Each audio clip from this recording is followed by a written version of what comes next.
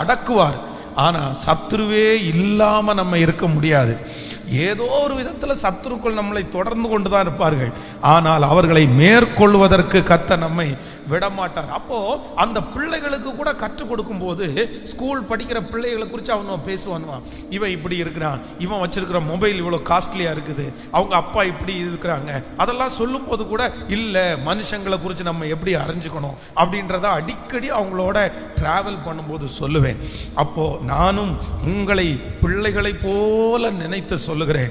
நீங்க பாதிக்கப்பட்டது யாரால, நீங்க அவமானப்பட்டது யாரால, நீங்க சிக்கானது யாரால, உங்களுக்கு ரொம்ப பிபி வந்தது யாரால, நீங்க ரொம்ப வருத்தத்தோட இருந்தது யாரால, நீங்க இந்த உலக வாழ்க்கையை வெறுத்தது யாரால, இந்த உலக வாழ்க்கையை வேண்டான்னு நினைச்சது யாரால, நீங்க சாப்பிடாம இருந்தது யாரால, நீங்க தூங்காம இருந்தது யாரால, இப்படி யாராலேன்னு கேட்டா அந்த கொஸ்டினுக்கு இங்க ஒரு ஆன்சர் மட்டும்தான் கொடுக்க முடியும்.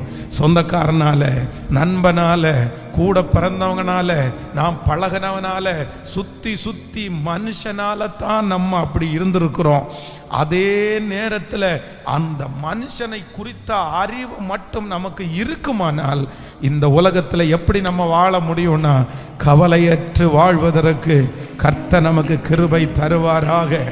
அப்போ ஆண்டவரே, இன்றைக்கு நீர் எனக்கு ஒரு கிருபையை தருவீராக, மனிதனை குறித்த அறிவை கர்த்தர் எனக்கு தருவீராக. ஹல்லேலூயா.